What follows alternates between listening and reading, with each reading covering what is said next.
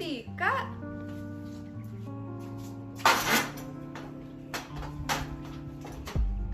Tami.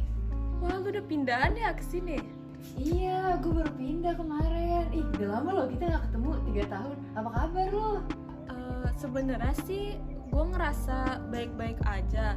Tapi nggak tahu ya, seminggu atau 2 minggu belakangan ini tuh gue ngerasa badan gue tuh selalu pegel-pegel. Bahkan kepala gue sampai nyut-nyutan, pusing banget gitu rasanya. Walah, kayak gitu. Duh, kalau nggak coba deh ke dokter buat cek. Iya ya, bener juga. Ya udah deh, besok gue coba ke dokter dulu. Makasih ya sarannya.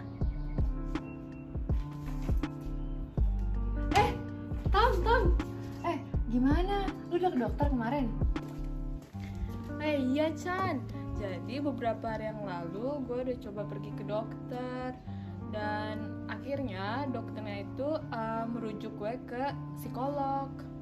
Oh gitu. Terus psikolognya bilang apa? Ya ternyata setelah gue konsultasi dengan psikolog, ternyata gue ada gejala cemas. Makanya gue tuh sering pusing, kemudian deg-degan tiba-tiba, terus juga badan pegel-pegel. Terus psikolognya nyaranin apa? Nah ya, akhirnya psikolog gue menyarankan gue untuk mencoba merubah gaya hidup gue. Kan tadinya gue itu suka bergadang untuk ngerjain tugas. Kemudian pola makan gue juga jelek sebelum ke psikolog.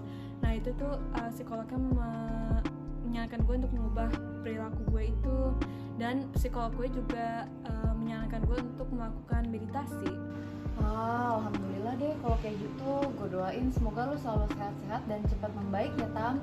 Amin. Makasih ya. Yaudah Chan, gue ke belakang dulu ya. Gue lagi masak lele. Dan ada Cantika. Oh yaudah. Semoga lele cepat matang ya. Jadi dari kasus yang sudah ditampilkan tersebut, kita bisa mengolah masalah tersebut menjadi menggunakan 3 model biopsikososial dari kesehatan ya. Jadi pertama, Tami mengeluh memiliki sakit fisik yaitu pegal-pegal lalu pencernaan yang tidak baik. Nah, setelah itu teman Tami yaitu Cantika menyarankan untuk segera pergi ke dokter. Kemudian dokter itu mengusut ke psikolog dan mengatakan bahwa Tami memiliki masalah psikologis yaitu cemas dan stres. Nah, kenapa cemas dan stres ini juga bisa menyebabkan penyakit fisik? Nah, karena disebabkan jika tubuh mengalami stres maka akan meninggikan hormon kortisol yaitu hormon stres, dan jika terlalu cemas atau stres itu akan meningkatkan kortisol sehingga menghasilkan keluhan yang dirasakan oleh Tami. Nah, masalah yang Tami alami ini bisa bersumber dari aspek sosial, yaitu bisa dari masalah keluarga, masalah kampus dan sebagainya.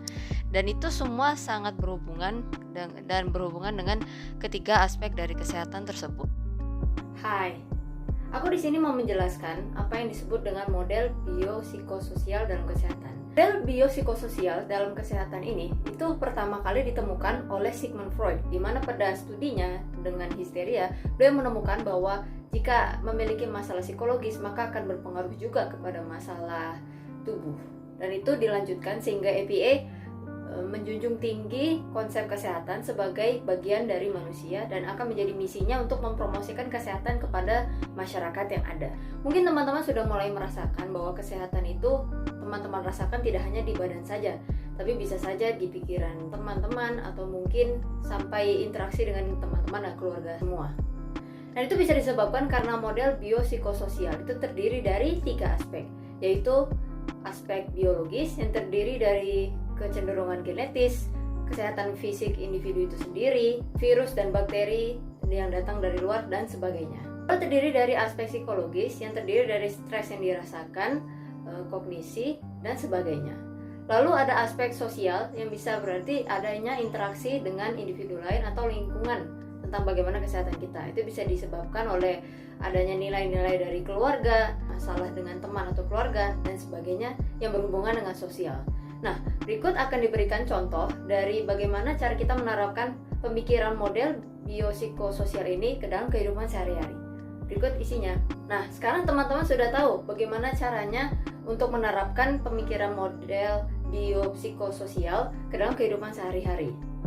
Nah, Jika teman-teman memiliki teman atau keluarga yang merasakan hal yang sama, segeralah konsultasikan ke profesional seperti dokter atau psikolog, lalu mulailah adaptasikan gaya hidup yang lebih sehat, seperti makan makanan yang lebih bergizi, tidur yang lebih cukup, melaksanakan olahraga, karena itu semua akan meningkatkan kualitas hidup secara keseluruhan, tidak hanya secara fisik, tapi secara mental dan interaksi dengan lingkungan Anda. Terima kasih. Assalamualaikum warahmatullahi wabarakatuh.